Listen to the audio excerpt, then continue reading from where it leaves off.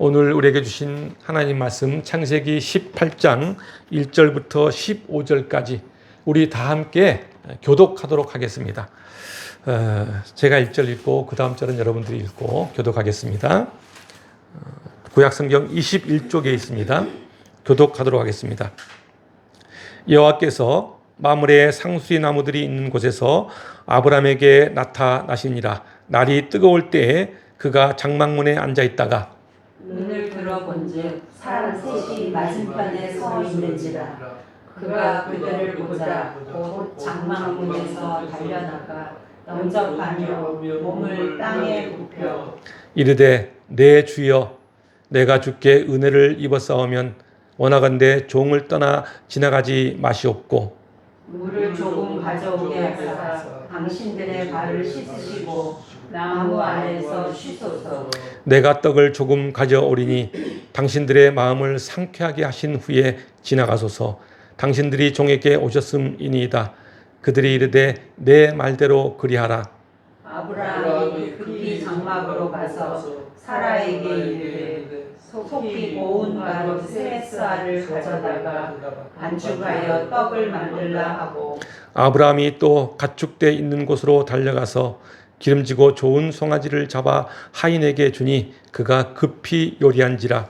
아브라함이 엉긴 젖과 우유와 하인이 요리한 송아지를 가져다가 그들 앞에 차려놓고 나무 아래에 모셔 섬에 그들이 먹으니라.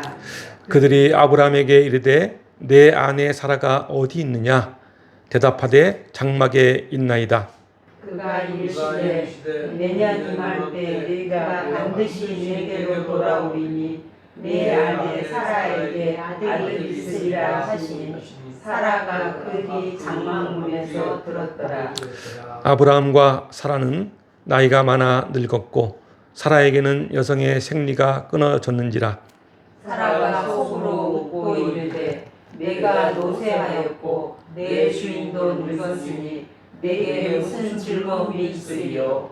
여호와께서 아브라함에게 이르시되 사라가 왜 웃으며 이르기를 내가 늙었거늘 어떻게 아들을 낳으리요 하느냐. 여호와께 능하지 못한 일이 있겠느냐. 기한이 이를 때에 내가 내게로 돌아오리니 사라에게 아들이 있으리라. 다 함께 하겠습니다. 사라가 두려워서 부인하여 이르되 내가 웃지 아니하였나이다. 이르시되 아니라 내가 웃었느니라. 아멘. 아브라함 하면은 떠오르는 단어가 있습니다. 바로 믿음의 조상이라는 단어입니다. 그가 믿음의 조상이라고 불리게 된 이유는 바로 바랄 수 없는 중에 바라고 믿었기 때문입니다. 그러니까 아브라함의 삶의 모든 중심에는 하나님이 있었고, 그래서 인간적인 생각으로는 도저히 이루어질 수 없는 상황임에도 하나님의 뜻을 따라 하나님의 계획을 믿었습니다. 다시 말하면 그는 하나님을 믿는 온전한 믿음으로 살았던 인물입니다. 아브라함은 결코 인간적으로 완전한 자가 아니었습니다. 그럼에도 불구하고 그가 많은 사람들로부터 믿음의 조상으로 불리게 된 까닭은 크게 두 가지 이유가 있습니다. 첫 번째는 그가 하나님의 뜻에 따라 모든 일에 즉각적으로 순종한 믿음 때문입니다.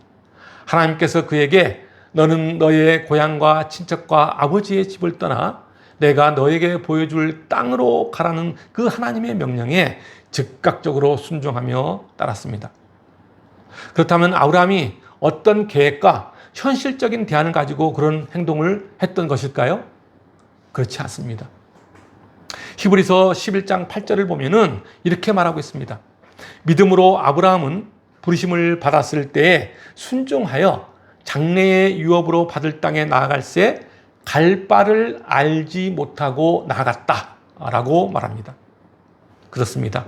아브라함은 갈 바를 알지 못했지만은 하나님의 말씀을 믿고 그 말씀에 즉각적으로 순종하며 자신이 살던 고향과 친척과 아버지의 집을 떠나 하나님의 명령에 따라서 하나님이 일러준 곳으로 순종하며 나아간 것입니다. 그것은 오직 믿음으로입니다. 그런 그에게 하나님은 친히 나타나셔서 점차적으로 당신의 계획을 보다 명확하게 계시하여 주셨습니다. 그리고 두 번째 이유는 하나님에 대한 경외심 때문입니다. 그의 하나님에 대한 경외심은 자신의 아들 이삭을 제물로 바칠 정도로 순종한 그 믿음을 통해서 여실히 드러납니다. 아브라함은 하나님을 경외함에 있어서 그분이 천지의 주제이시고 지극히 높으신 여호와이신 줄을 알고 경외하였습니다. 뿐만 아니라 어느 곳 어디를 가든지 가장 먼저 하나님께 제단을 쌓고 제물을 드릴 때마다 찬양과 기도를 올리는 것을 잊지 않았습니다. 이 같은 아브라함의 믿음을 로마서에서는 이렇게 말씀하고 있습니다. 로마서 4장 18절부터 21절까지 제가 읽어드리겠습니다. 아브라함이 바랄 수 없는 중에 바라고 믿었으니 이는 내 후손이 이 같으리라 하신 말씀대로 많은 민족의 조상이 되게 하려 하심이라. 그가 100세나 되어 자기 몸이 죽은 것 같고 사라의 태가 죽은 것 같음을 알고도 믿음이 약하여지지 아니하고 믿음이 없어 하나님의 약속을 의심하지 않고 믿음으로 견고하여져서 하나님께 영광을 돌리며 약속하신 그것을 또한 능히 이루실 줄을 확신하였으니. 아브라함이 75세가 되었을 때 고향과 가족을 버리라는 뜬금없는 하나님의 명령에 그는 이유 없이 순종했습니다. 그리고 10여 년이 지난 후에 하나님은 아브라함에게 다시 나타나셔서 그에게 후손을 약속하십니다. 그리고 이후 또 15년이 지나서 아브라함에게 아들이 있을 거라고 말씀하십니다. 무려 25년 가까운 기다림 속에서도 아브라함의 믿음은 결코 약해지지 않았습니다. 이러한 순종의 믿음이 바로 아브라함을 믿음의 조상이라고 여기게 된 이유입니다. 오늘 본문으로 들어가 보겠습니다. 1절부터 4절까지 제가 읽어드리겠습니다. 여호와께서 마므레의 상수리 나무들이 있는 곳에서 아브라함에게 나타나시니라. 날이 뜨거울 때 그가 장막문에 앉아 있다가 눈을 들어본즉 사람 셋이 맞은편에 서 있는지라. 그가 그들을 보자 곧 장막문에서 달려나가 영접하며 몸을 땅에 굽혀 이르되 내 주여 내가 주께 은혜를 입었사오면은 원하건대 종을 떠나 지나가지 마시옵고 물을 조금 가져오게 하사 당신들의 발을 씻으시고 나무 아래에서 쉬소서. 아브라함이 자기 집 장막문 앞에 앉아 있는데 저 멀리 지나가는 나그네 세 사람을 발견합니다. 나그네 세 사람이 지나가는 것을 보고 달려가서 그들을 환영하고 영접하며 극진히 대접합니다. 이런 장면은 일반적으로 우리의 상식으로 볼 때 도저히 납득이 가지 않는 장면일 수도 있습니다. 왜냐하면 우리가 사는 지금의 현실을 보면은 지나가는 나그네를 보고 달려나가 맞이한다는 것은 상상도 할 수 없기 때문입니다. 아는 척하기는커녕 혹시나 지나가는 나그네가 민폐를 끼칠까봐 모른 체 하는 것이 당연한 이 시대에는 상상할 수 없는 행동입니다. 그러나 아브라함의 이 같은 행위는 당시 고대 근동 히브리인들이 나그네들을 대하는 관습이었습니다. 그리고 나그네를 극진히 대접하는 것은 당시 이스라엘 사람들이 가장 귀하게 여기는 일 중에 하나였습니다. 여행 중에 지친 나그네를 대접하며 그들에게 잠자리를 제공하는 것이 당시 히브리인들의 관례대로 굳어진 아름다운 풍습이긴 하지만은 이처럼 그들을 보자마자 달려나가 영접한 것은 아브라함의 따뜻한 마음을 엿볼 수 있는 대목이기도 합니다. 그리고 또 이같이 생면부지의 나그네들을 적극적으로 달려나가 영접하는 행동은 아브라함의 삶이 언제나 나그네 대접하기를 힘쓰는 삶이었음을 드러내주고 있다고도 볼 수 있습니다. 아무튼 아브라함은 지나가는 나그네 셋을 극진하게 대접합니다. 아브라함이 믿음의 조상이라서 특별히 이들을 극진하게 대접한 것은 아닙니다. 나그네들에게 이런 예우를 표한 것은 그의 인격이 평소 겸손한 사람이었음을 증명하는 것이기도 합니다. 오늘 보면 3절을 보면은 아브라함이 나그네들을 향하여 내 주여 라는 단어를 사용합니다.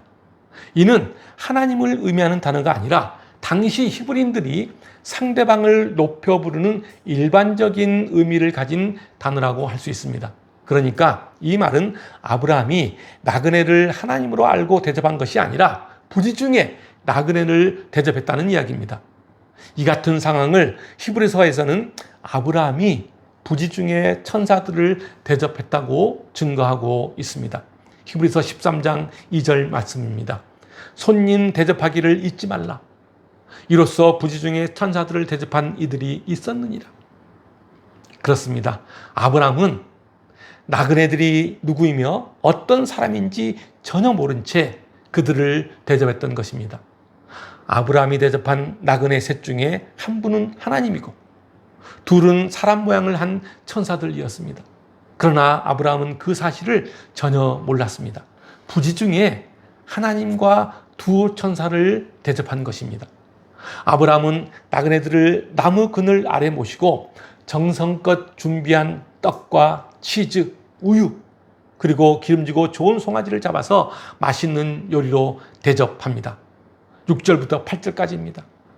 아브라함이 급히 장막으로 가서 사라에게 이르되 속히 고운 가루 세 스아를 가져다가 반죽하여 떡을 만들라 하고, 아브라함이 또 가축대에 있는 곳으로 달려가서 기름지고 좋은 송아지를 잡아 하인에게 주니 그가 급히 요리한지라. 아브라함이 엉긴 젖과 우유와 하인이 요리한 송아지를 가져다가 그들 앞에 차려놓고 나무 아래에 모셔 섬에 그들이 먹으니라.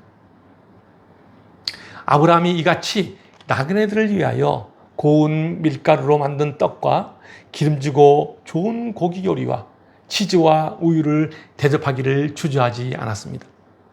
나그네들을 위하여 최선을 다해 음식을 대접하였던 것입니다.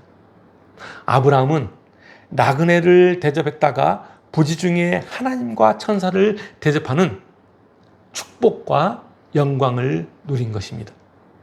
이러한 축복과 영광은 단순히 우연으로 일어난 일이 아닙니다. 아브라함의 삶에는 늘 하나님이 있었고 하나님 중심의 삶을 살았기 때문입니다. 그 무엇을 바라거나 어떤 의도를 가지고 한 행동이 아니라는 것입니다. 그저 하나님을 믿는 믿음이 그 사람 마음 안에 자리 잡고 있었기에 그 같은 행동이 가능했던 것입니다.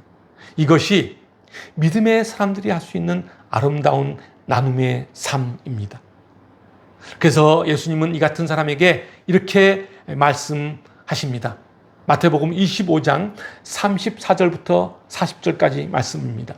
그때에 임금이 그 오른편에 있는 자들에게 이르시되 내 아버지께 복받을 자들이여 나와 창세로부터 너희를 위하여 예비된 나라를 상속받으라. 내가 줄일 때에 너희가 먹을 것을 주었고 목마를 때 마시게 하였고 나그네 되었을 때 영접하였고 헐 벗었을 때 옷을 입혔고 병들었을 때 돌보았고 옥에 갇혔을 때 와서 보았느니라. 이에 의인들이 대답하여 이르되 주여 우리가 어느 때에 주께서 줄이신 것을 보고 음식을 대접하였으며 목마르신 것을 보고 마시게 하였나이까. 어느 때에 나그네 되신 것을 보고 영접하였으며 헐 벗으신 것을 보고 옷 입혔나이까. 어느 때에 병드신 것이나 옥에 갇히신 것을 보고 가서 배웠나이까 하리. 임금이 대답하여 이르시되 내가 진실로 너희에게 이르노니 너희가 여기 내 형제 중에 지극히 작은 자 하나에게 한 것이 곧 내게 한 것이니라. 그렇습니다. 지극히 작은 자에게 행한 선한 행동이 바로 주님에게 한 행동입니다. 주님이 인정하시는 의인들은 자신의 선한 행동을 일부러 드러내거나 보여주려 하지 않았다는 것입니다. 때로는 자신이 행한 선한 일도 잊어버리고 살아갈 때가 많습니다. 그저 주님께서 이웃을 내 몸같이 사랑하라는 그 말씀을 마음 깊이 새기며 그 사랑을 이웃에게 실천할 뿐입니다. 이 같은 것은 하나님의 은혜가 없이는 인간의 이기적인 양심으로는 할 수 없는 일입니다. 하나님의 은혜가 우리 안에 넘치기에 우리는 그 은혜로 말미암아 감사의 마음으로 이웃을 돌아볼 수 있는 것입니다.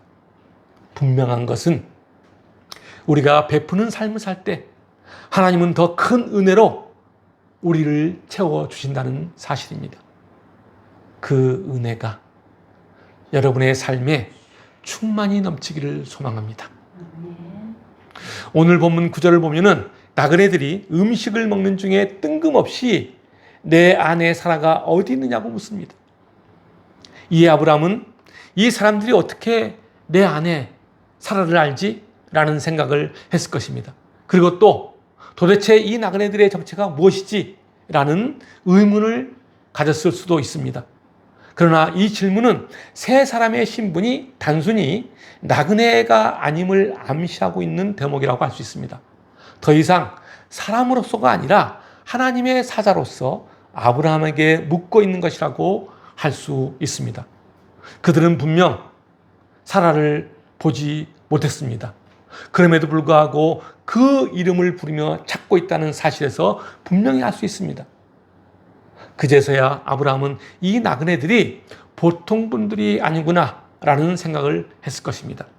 그러면서 10절에서 내년 이맘때 내가 반드시 내게로 돌아오리니 내 아내 사라에게 아들이 있으리라 라는 말씀에 눈이 확 뜨이면서 하나님이 자신과 맺은 17장의 언약의 내용을 아마 아브라함은 상기했을 것입니다.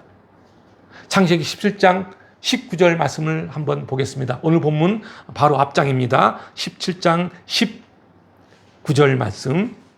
하나님이 이르시되 아니라 내 아내 사라가 내게 아들을 낳으리니 너는 그 이름을 이삭이라 하라.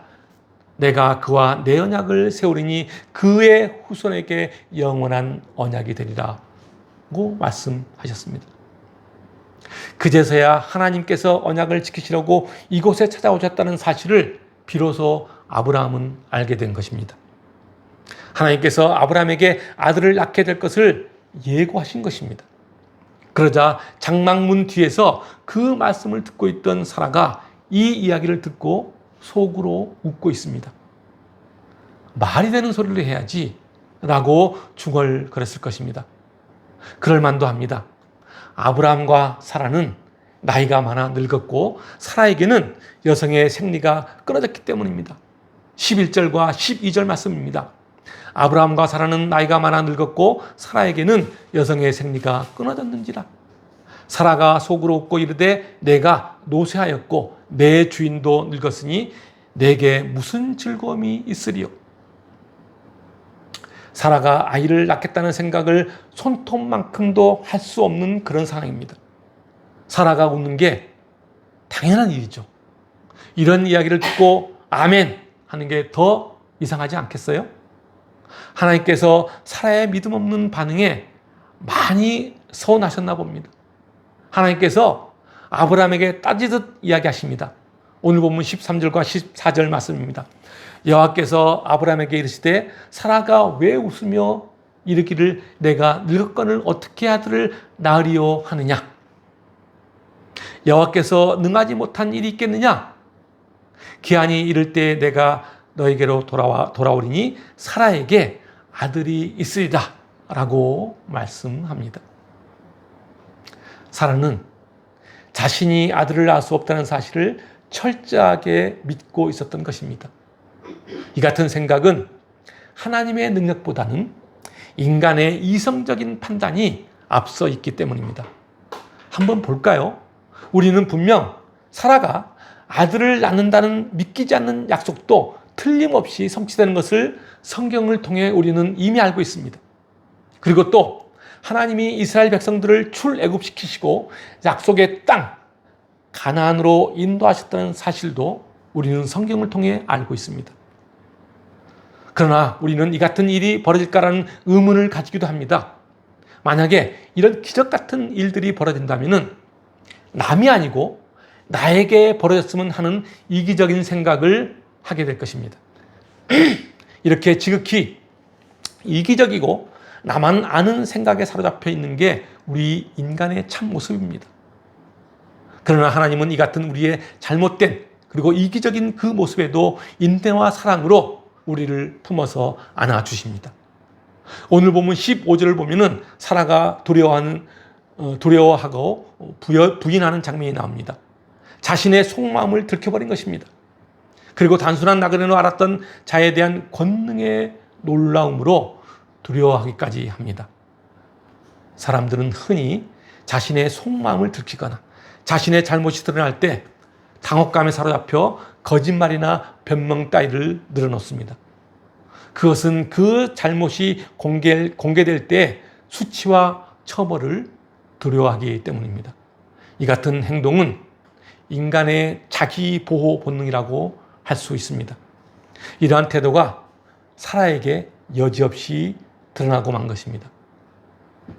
그러나 사람은 속일 수 있어도 사람의 마음을 감찰하시는 하나님을 속일 수는 없습니다. 이로 인해 하나님마저 속이려 했던 사라는 수치스럽게도 내가 웃었느니라 라는 말을 듣고 말았습니다. 그렇습니다. 우리의 허물이 아무리 크고 하나님의 심판이 두렵다고 해서 하나님을 속이려 해서는 안 됩니다. 그럴 때마다 하나님께 나아가 잘못을 고백하고 회개할 때 우리의 마음은 하나님의 사랑과 은혜 안에 머물게 될 것입니다.